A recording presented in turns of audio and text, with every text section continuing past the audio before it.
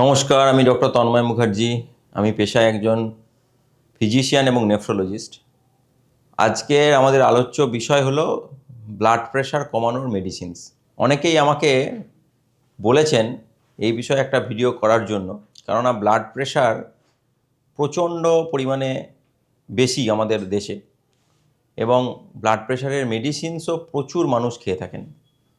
কিন্তু তারা হয়তো পুরোটা জানেন না যে কোন কোন ব্লাড প্রেশারের মেডিসিনস আছে এবং কোন কোন ব্লাড প্রেশারের মেডিসিন খেলে কি কি সমস্যা হতে পারে এবং কখন কখন কোন কোন মেডিসিনস দেওয়া হয় সেগুলো সম্পর্কে সম্যক একটা জ্ঞান অনেকেরই নেই। তো প্রথমে আমি বলি যে ব্লাড প্রেশারের যে মেডিসিনসগুলো রয়েছে সেগুলোকে, যেগুলো প্রধান মেডিসিন, সেগুলোকে মূলত 4 ভাগে ভাগ করা যায়। আপনারা ছোটোবেলায় এবিসিডি পড়েছেন। এই ব্লাড প্রেশারের মেডিসিনসগুলোর নামগুলোও কিন্তু মনে রাখার জন্য এবিসিডি বলে একটা নিউমোনিক্স রয়েছে। এ মানে হলো এসি ইনহিবিটার অথবা এআরবি, মানে অ্যাঞ্জিওটেনসিন রিসেপ্টর ব্লকার গ্রুপের ওষুধ।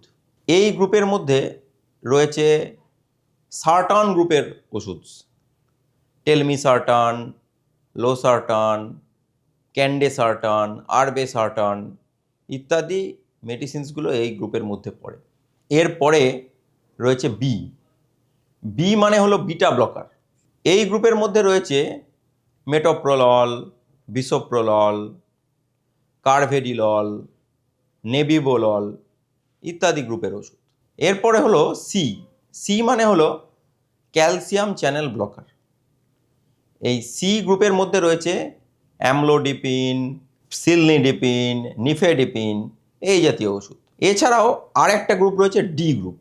ডি গ্রুপ মানে হলো ডাইউরেটিক্স।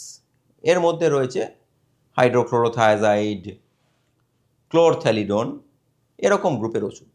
তো মূলত এই 4 রকমের গ্রুপের ওষুধ রয়েছে ব্লাড প্রেশার কমানোর জন্য, যেগুলোকে আমরা এবিসিডি বলে মনে রাখি।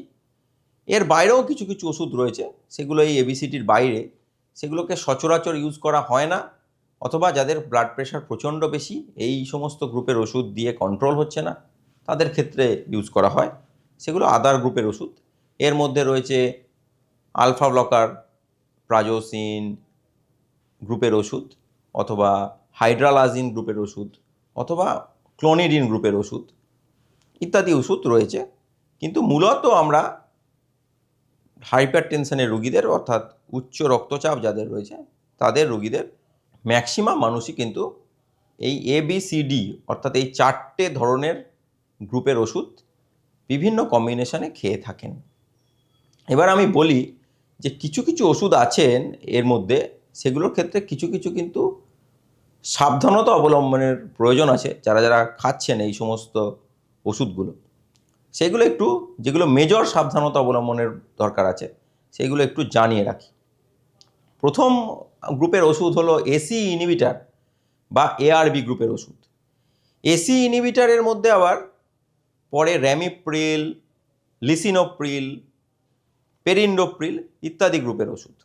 এই এসি ইনহিবিটার গ্রুপের ওষুধ যারা খাচ্ছেন তাদের ক্ষেত্রে একটা খুব কমন সমস্যা হচ্ছে যে ড্রাই কাফ, অর্থাৎ এই গ্রুপের ওষুধ থেকে কিন্তু শুকনো কাশি হতে পারে। এটা কিন্তু অনেকেই ভাবছেন আমার শুকনো কাশি হচ্ছে, অথচ পালমোনোলজিস্টকে দেখাচ্ছেন, তার কোনো সুরাহা হচ্ছে না, চেস্ট একদম ক্লিয়ার, কোনো প্রবলেম নেই, কিন্তু একটা শুকনো কাশি হয়ে যাচ্ছে। এবং খেয়াল করলে দেখা যাবে যে হয়তো 5-6 মাস আগে থেকে একটা গ্রুপের ওষুধ শুরু হয়েছে, সেটা এসি ইনহিবিটার গ্রুপের ওষুধ, এবং এটা খাওয়ার পর থেকেই কিন্তু কাশিটা বেড়েছে। নানান রকম পরীক্ষা করেও এটা ধরা পড়ছে না। তো এসি ইনহিবিটার গ্রুপের ওষুধ কিন্তু শুকনো কাশি করতে পারে, এবং যতক্ষণ না এসি ইনহিবিটার গ্রুপের ওষুধ বন্ধ করছেন ততক্ষণ কিন্তু শুকনো কাশি কিন্তু যাবে না। এটা একটা খুব ইম্পর্ট্যান্ট একটা ব্যাপার, এটা মাথায় রাখা উচিত। দ্বিতীয় যে গ্রুপগুলো ওষুধটা রয়েছে সেটা হচ্ছে অ্যাঞ্জিওটেনসিন রিসেপ্টর ব্লকার অর্থাৎ এআরবি গ্রুপের ওষুধ, যেগুলোকে আমরা সার্টানস বলে জানি, টেলমিসার্টান অ্যান্ড আদার্স। এই গ্রুপের ওষুধ জেনারেলি খুব সেফ, শুধুমাত্র প্রপার ডোজে খেতে হয়।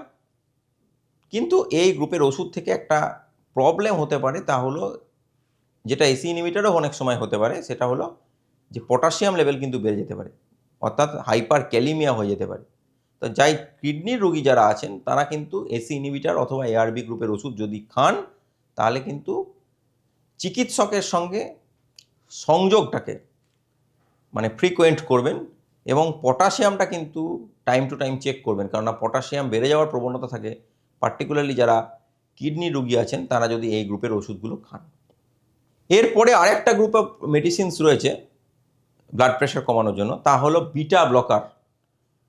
সেই beta blocker, B for beta blocker, এর মধ্যে রয়েছে বিসোপ্রোলল, মেটোপ্রোলল, নেবিবোলল ইত্যাদি গ্রুপের ওষুধ। এই বিটা ব্লকার গ্রুপের ওষুধ সাধারণভাবে যারা ইয়াং পেশেন্ট এবং ব্লাড প্রেশার বেশি এবং যারা পালস রেট যাদের বেশি এবং ব্লাড প্রেশারটাও তাদের সাথে বেশি, অথবা যারা খুব অ্যাংজাইটিতে ভোগেন অথবা হাত পাত কাঁপে অ্যাংজাইটির জন্য, ট্রেমর রয়েছে, তার সাথে হাইপার টেনশন রয়েছে, তাদের ক্ষেত্রে কিন্তু এই গ্রুপের ওষুধগুলো খুব ভালো কাজ করে এবং খুব দ্রুত ব্লাড প্রেশার কমিয়ে দেয়, ব্লাড প্রেশার নিয়ন্ত্রণে রাখে। কিন্তু এই গ্রুপের ওষুধের একটা মূল পার্শ্ব প্রতিক্রিয়া হলো যে এরা কিন্তু পালস রেট কমিয়ে দিতে পারে, মানে অর্থাৎ যাদের পালস রেটটা বর্ডার লাইন রয়েছে, পালস রেটটা যাদের 60 to 70 বিটস পার মিনিটের মধ্যে রয়েছে, তারা যদি এই গ্রুপের ওষুধ খেয়ে থাকেন বা তারা যদি এই গ্রুপের ওষুধ চলে, তাহলে কিন্তু পালস রেটটা কিন্তু মনিটর করতে হয় বাড়িতে এবং পালস রেটটা কিন্তু অনেক সময় কমে যেতে পারে। যারা বয়স্ক মানুষ তাদের ক্ষেত্রে কিন্তু পালস রেট কমে গিয়ে মাথা ঘুরে যাওয়ার প্রবণতা থাকতে পারে এই ওষুধে। সুতরাং যারা বয়স্ক মানুষ আছে তারা কিন্তু এই গ্রুপের যদি ওষুধ খান তাহলে কিন্তু বাড়িতে পালস রেটটাকে কিন্তু টাইম টু টাইম মনিটর করবেন এবং চেষ্টা করবেন যে পালস রেটটা যেন 60-র কমে না নামে। এই ওষুধ দরকার হলে এই ওষুধের ডোজ আপনাকে কমাতে হবে পালস রেটটাকে ঠিকভাবে কন্ট্রোল করার জন্য। এরপর তৃতীয় একটা গ্রুপের ওষুধ নিয়ে বলি। এই গ্রুপের ওষুধটাও খুব কমনলি প্রেসক্রাইবড ওষুধ এবং আমার মনে হয় ভারতবর্ষের যত মানুষ ব্লাড প্রেশার ওষুধ খাচ্ছেন তারা হয়তো এই গ্রুপের ওষুধ হয়তো 90% ওপর মানুষই খাচ্ছেন। এই গ্রুপটার নাম হচ্ছে ক্যালসিয়াম চ্যানেল ব্লকার, অর্থাৎ ক্যালসিয়াম চ্যানেল যেগুলো রয়েছে আমাদের ধমনীতে বা আর্টারিতে সেগুলোকে ব্লক করে দেয় এবং ব্লাড প্রেশারটাকে কমাতে সাহায্য করে এই গ্রুপের ওষুধ। এই গ্রুপের ওষুধের মধ্যে রয়েছে অ্যামলোডিপিন জাতীয় ওষুধ, সিলনিডিপিন জাতীয় ওষুধ, নিফেডিপিন জাতীয় ওষুধ। এইগুলো হচ্ছে এই গ্রুপের ওষুধ যেগুলো ব্লাড প্রেশারটাকে কমায়। এই গ্রুপের ওষুধ খেলে একটা সমস্যা হলো যে কিছু কিছু মানুষের এই গ্রুপের ওষুধ কিন্তু সহ্য হয় না। সেই মানুষগুলো দেখা যায় যে পা ফুলে গেছে এই গ্রুপের ওষুধ খাওয়ার পরেই, আবার ওষুধ বন্ধ করলে পা ফোলার ঠিক হয়ে যায়। তাই যদি কারোর পা ফোলার সমস্যা থাকে তাহলে আপনাকে কিন্তু খেয়াল রাখতে হবে যে আপনি কোনো ক্যালসিয়াম চ্যানেল ব্লকার জাতীয় ওষুধ খাচ্ছেন কি না।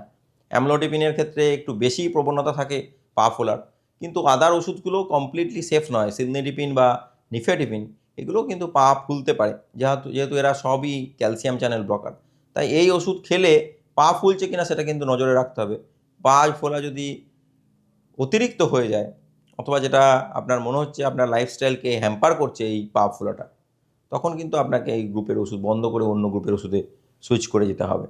আর একটি গ্রুপের ওষুধ রয়েছে যেটা ডি নামে পরিচিত, তাকে বলা হয় ডায়ুরেটিক্স গ্রুপের ওষুধ।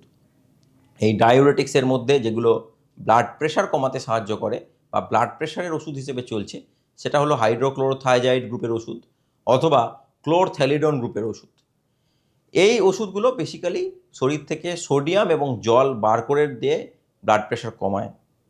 তাই এই ওষুধগুলোর একটা খুব ইম্পর্ট্যান্ট সাইড এফেক্ট হচ্ছে বা ইম্পর্ট্যান্ট যেটা পার্শ্ব প্রতিক্রিয়া তা হচ্ছে যে একটু ডিহাইড্রেশন হয়ে যেতে পারে এবং যারা বয়স্ক মানুষ তাদের ক্ষেত্রে কিন্তু সোডিয়াম এবং পটাশিয়ামের মাত্রা কমে যেতে পারে। বিশেষ করে বয়স্ক মানুষদের সোডিয়ামের মাত্রা কমে গেলে তাদের ব্রেন ফাংশন হ্যাম্পার হতে পারে, একটু ভুলভাল বকা প্রবণতা আসতে পারে, খুব ব্রেন ফাংশন যদি অ্যাবনর্মালিটি হয় তাহলে কনভালশন পর্যন্ত হতে পারে। তাই ডায়ুরেটিক্স গ্রুপের ওষুধ যদি কেউ খান তাহলে কিন্তু তার ক্ষেত্রে সোডিয়াম এবং পটাশিয়ামের মাত্রাটা টাইম টু টাইম কিন্তু চেক করা উচিত। পার্টিকুলারলি যারা মাঠে ঘাটে কাজ করেন বা যাদের ঘাম বেশি হয় তাদের ক্ষেত্রে এই প্রবণতা বেশি থাকে। তাই তারা যদি এই ডায়োরেটিক্স গ্রুপের ওষুধ বা হাইড্রোক্লোরোথায়াজাইড বা ক্লোরথ্যালিডন গ্রুপের ওষুধ এগুলো খান, তাহলে কিন্তু তাদের ক্ষেত্রে এই প্রবণতা থাকতে পারে। এই ব্যাপারগুলো কিন্তু যারা যারা ব্লাড প্রেশারের ওষুধ দীর্ঘদিন ধরে খাচ্ছেন তাদের কিন্তু মাথায় রাখা উচিত। ধন্যবাদ।